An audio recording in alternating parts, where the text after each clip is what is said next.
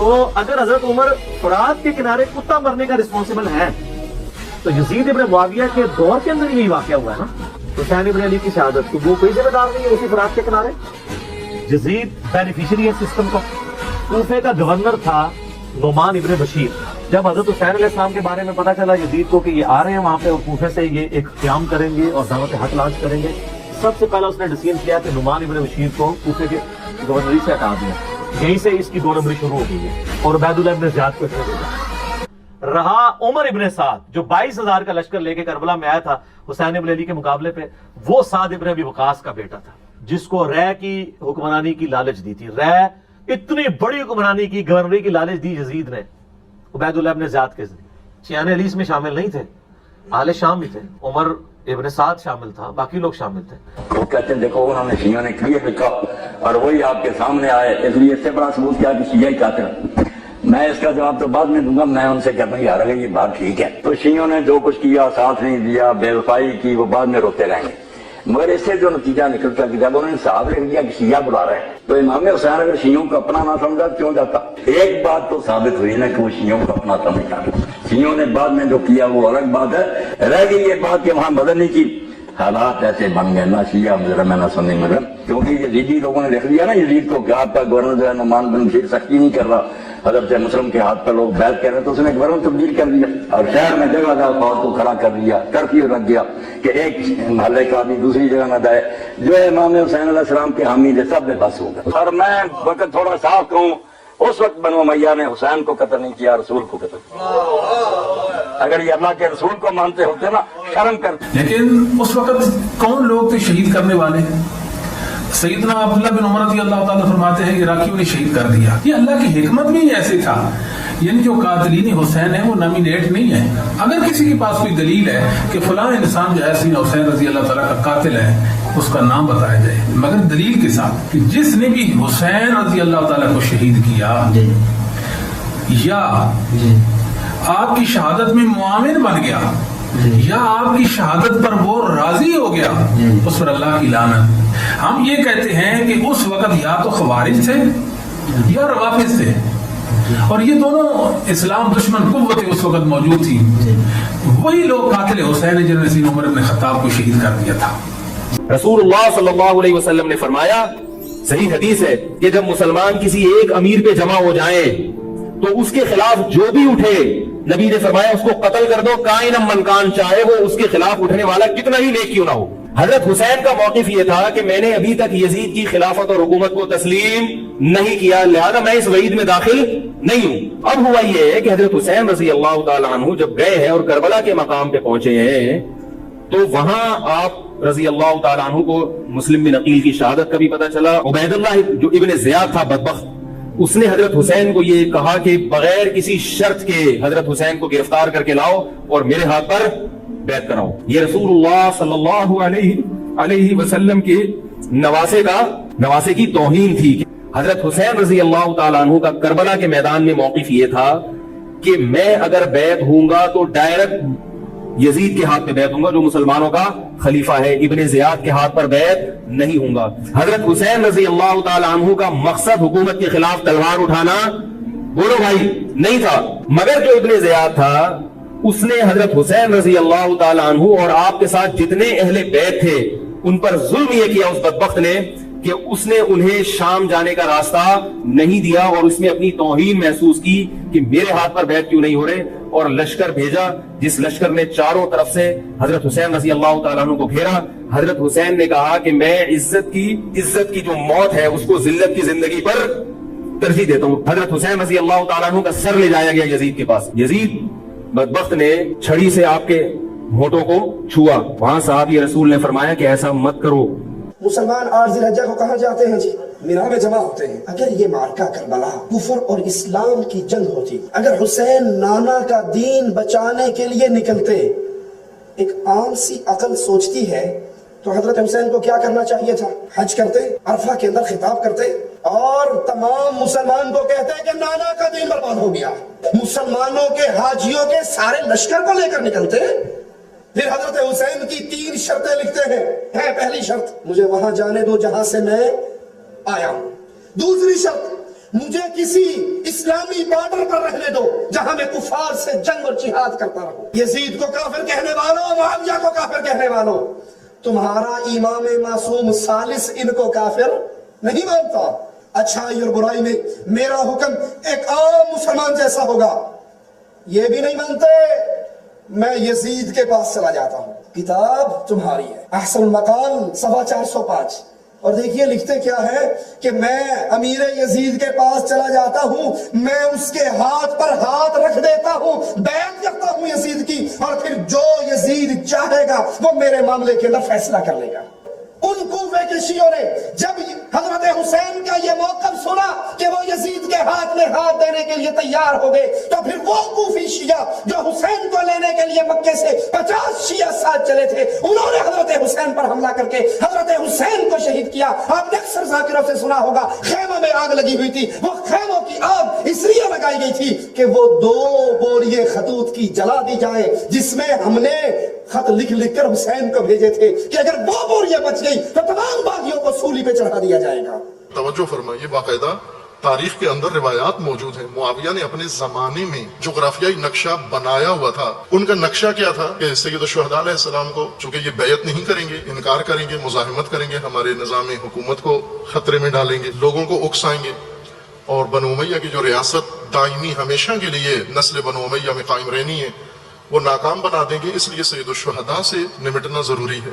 किस तरह से कि इनसे बैत का मुतालबा करना, ये नहीं करेंगे, इनको धमकी देना, ये फिर फौरन उनकी पेशबीनी के मुताबिक, और दुरुस्त भी थी कि ये मक्का चले जाएंगे हरम में, और हरम में फिर मख्फी तौर पर कत्ल कर देना, ताकि हुकूमत पर बात ना आए कि हरम से अगर बच गए तो फिर कूफा में ये काम करना है, और कूफा में ये कत्ल इनके हामियों पर डालना है, और कत्ल हुसैन का बदला लेने के लिए हामियान हुसैन, शियायान हुसैन का भी कत्लेआम कर देंगे, बाकी मानदा ग्रोह का इस तरह सफाया कर देंगे, और तारीख में कभी भी फिर बनु उमैया के खिलाफ कोई आवाज उठाने वाला नहीं होगा। यानी कूफा को मैं तैयार करूंगा, कूफा से खत लिखवाऊंगा, कूफा से दावतें भेजवाऊंगा।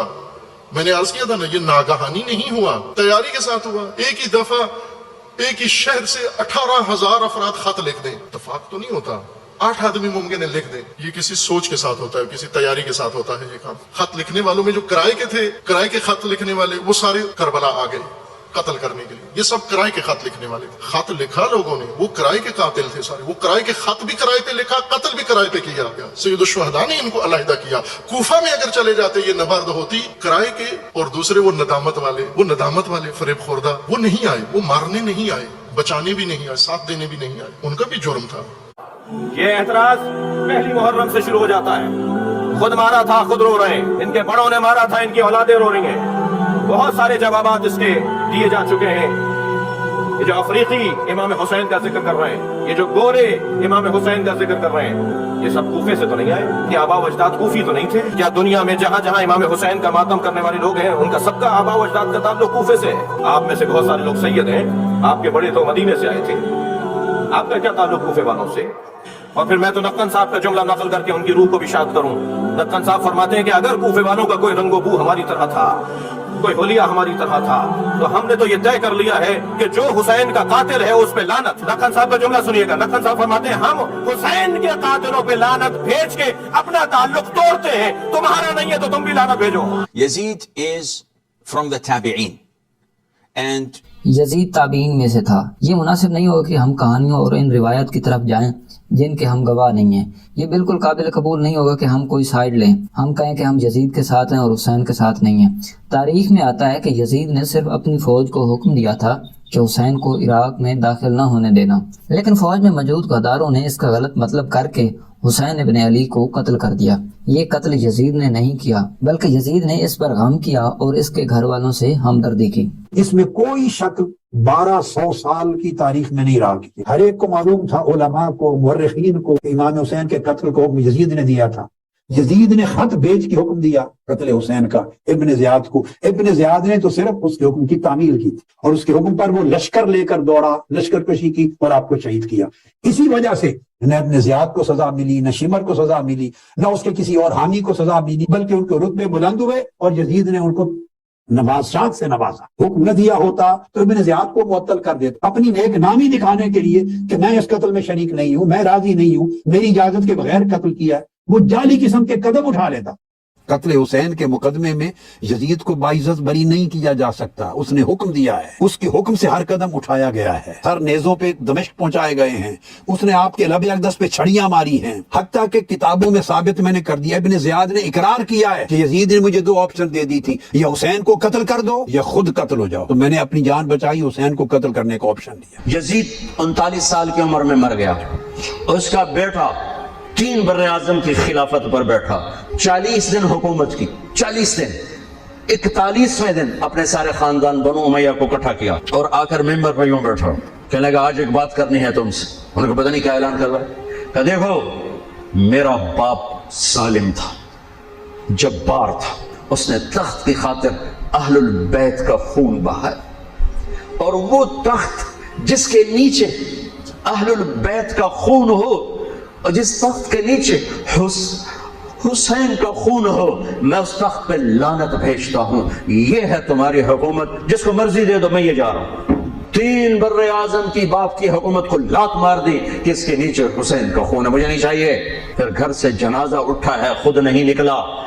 ये जो सवाल उठते हैं कि हजरत को शियों ने शहीद किया, ये तो वही बात है कि कोई के रसूल खुदा सल्लल्लाहु अलैहि वसल्लम के मुकाबले में उनकी अपनी बिरादरी आई थी, कुरैशी आए थे। कूफा में 3 किस्म के लोग थे असल में। एक वो लोग थे जो हजरत अली अलैहिस्सलाम को सही बरहक खलीफा मानते थे, वो बहुत कम थे वहाँ पर। और दूसरे वो लोग थे जो हजरत शेखैन और पहले तीनों के बाद हजरत को वो खलीफा मानते थे, चौथे नंबर पे। तीसरे वो लोग थे जो वो जिस तरह फसली बटेरे होते हैं, जिस तरफ हुकूमत आई उस तरह चले गए। जो खत लिखने वाले हैं ये भी 3 किस्मों के थे। जो थे हजरत के साथ हामी, उनमें हबीब इब्ने मज़ाहिर है, मसलन मुस्लिम बिन औसिजा, सुलेमान बिन सुर्द खज़ाई, मुख्तार सख्फी, पैर हमदानी, ये वो लोग थे जिन्होंने हजरत को खत लिखे। और फिर उनमें से अक्सर लोग जो थे वो शहीद हो गए और बहुत से लोग जो थे उनको इब्न ज़ियाद ने कैद कर लिया। ये रिवायात में कि 4000 लोगों को कैद कर दिया गया, सैकड़ों की तादाद में लोगों को शहीद कर दिया गया। जो बच गए थे उन्होंने कोशिश की, हबीब इब्ने मज़ाहिर है, मुस्लिम बिन औसिजा, बुरैर हमदानी वगैरह, ये जो चले गए करबला में इमाम हुसैन अलैहिस्सलाम के साथ शामिल हुए। ये शियों की तो ये सूरत हाल। तो बाकी जो बच गए थे, शब्स बिन रबी, मोहम्मद बिन अशस, कैस बिन अशस, ये वो लोग थे जो पहले ही आले मोहम्मद के मुखालिफ थे। ये वही थे जिनकी बहन ने जनाब इमाम हसन अलैहिस्सलाम को जहर दी थी। ये भांजे थे हजरत अबू बकर के। और उमर इब्न साद, वो भी जानते हैं कि कौन था, शिमर इब्न दिलजोशन, सनान बिन अनस। तो ये सब वो लोग थे जो हजरत अली अलैहिस्सलाम को सही मानों में वो खलीफा नहीं मानते थे, ये बल्कि चौथे नंबर पे मानते थे। इनको अगर देखें तो खुद ब खुद पता चल जाएगा कि ये कौन थे और इनका मजहब क्या था। हम तो कहते हैं कि ये लोग मुसलमान तो मुसलमान होना, ये इंसान ही नहीं थे जो इमाम हुसैन अलैहिस्सलाम के कातिलीन थे। तो बहरहाल ये जो लोग कहते हैं कि कूफियों ने मारा है, इनसे पूछो कि 72 लोग जो शहीद हुए हैं बनु हाशिम के बाद, सबसे ज्यादा लोग जो शहीद होने वाले हैं वो भी कूफी थे। मदीना से तो कोई नहीं आया था, मक्का से तो कोई नहीं आया था। यजीद का अगर कसूर नहीं था,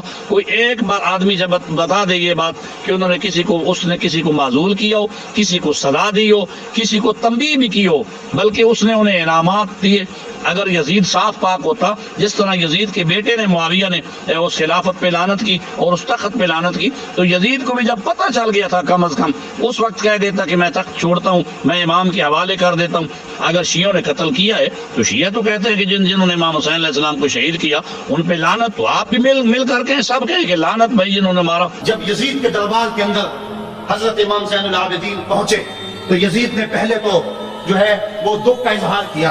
बाद लोग यहाँ से यजीद की बरियत का ऐलान करते हैं। यहाँ किसी ने बड़ी खूबसूरत बात कही कि कातिल की पशेमानी मकतूल की अहमियत को तो बढ़ा सकती है, लेकिन उसके दामन से कत्ल के दाग को नहीं धो सकती। तो उसने ये सब कुछ किया, ये बस उसके कसरे थे जो वो बहाने लगा। लेकिन बाद में उसने हजरत इमाम हुसैन रज़ियल्लाहु ताला अन्हु के दांतों के ऊपर जो है वो छड़ी मारना शुरू कर दी। तो हजरत अबू बरज़ा असलमी सहाबी रसूल वहां मौजूद थे, वो खड़े हो गए, कहने लगे जालिम यहाँ अपनी छड़ी हटा ले, मैंने अपनी इन आंखों से देखा है कि कौन रसूलुल्लाह सल्लल्लाहु अलैहि वसल्लम यल्ज़िमुहु, हुजूर ने इन होठों को खुद चूमा है।